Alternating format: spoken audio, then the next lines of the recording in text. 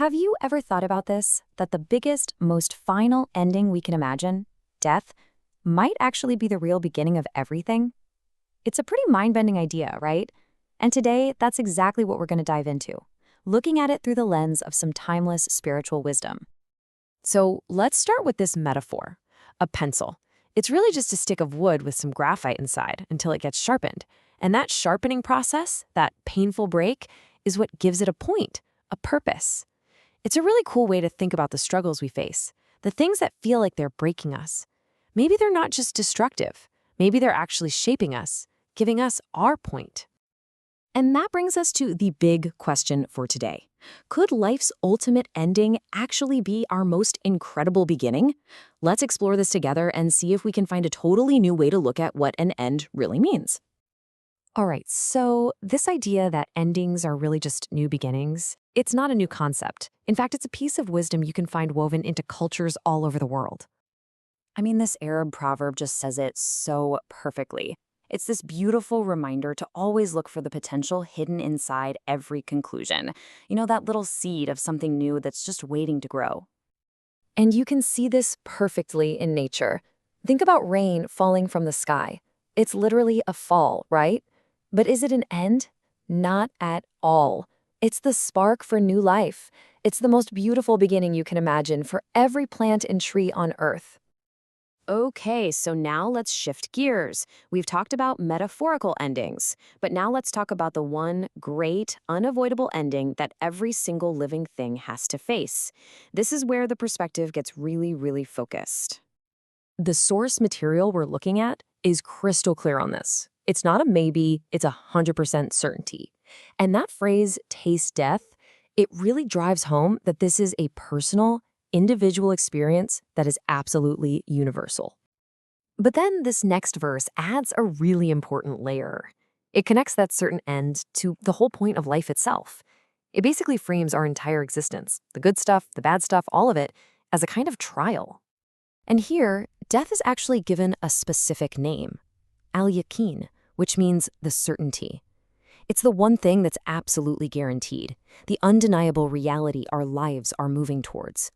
And this isn't meant to be dark or scary, it's actually meant to give our lives a clear and definite frame. So, okay, if death is the certainty, then what does that make this life we're living right now? The source material has a specific name for it, dunya, and it's described in a very interesting way. When you look at the words used to describe it, a pattern definitely emerges. It's called a deceptive enjoyment, play, and amusement.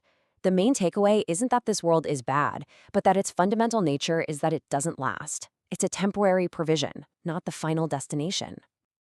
And the source uses some really vivid metaphors to make this point.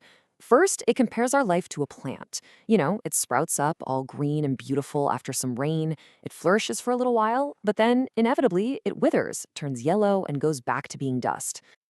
The second metaphor is that of a traveler. The idea is that we're not here building a permanent home.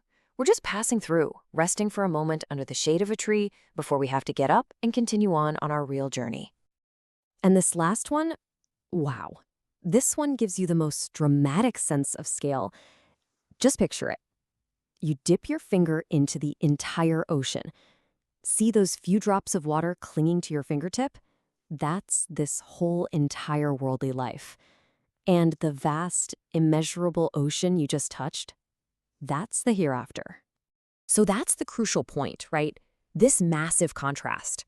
If this world, this dunya, is just a drop of water, then what's the ocean? What is considered the real existence? This statement from the Prophet Muhammad just makes the whole perspective crystal clear. From this viewpoint, permanence is what defines reality. Because this life is temporary, it's the hereafter that is considered the true, the enduring, and therefore the real life. So, if this life is a journey to a permanent reality, how are we supposed to navigate it?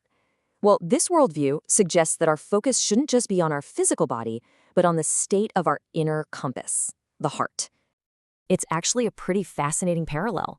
Just like our body needs physical food to be healthy, our spiritual heart is said to need its own kind of nutrition, things like knowledge and faith. And here's the kicker. Just like our body, our heart can be in one of three states. It can be healthy, it can be sick, or it can even be spiritually dead. So let's just quickly look at what defines these states. A healthy heart is described as being pure.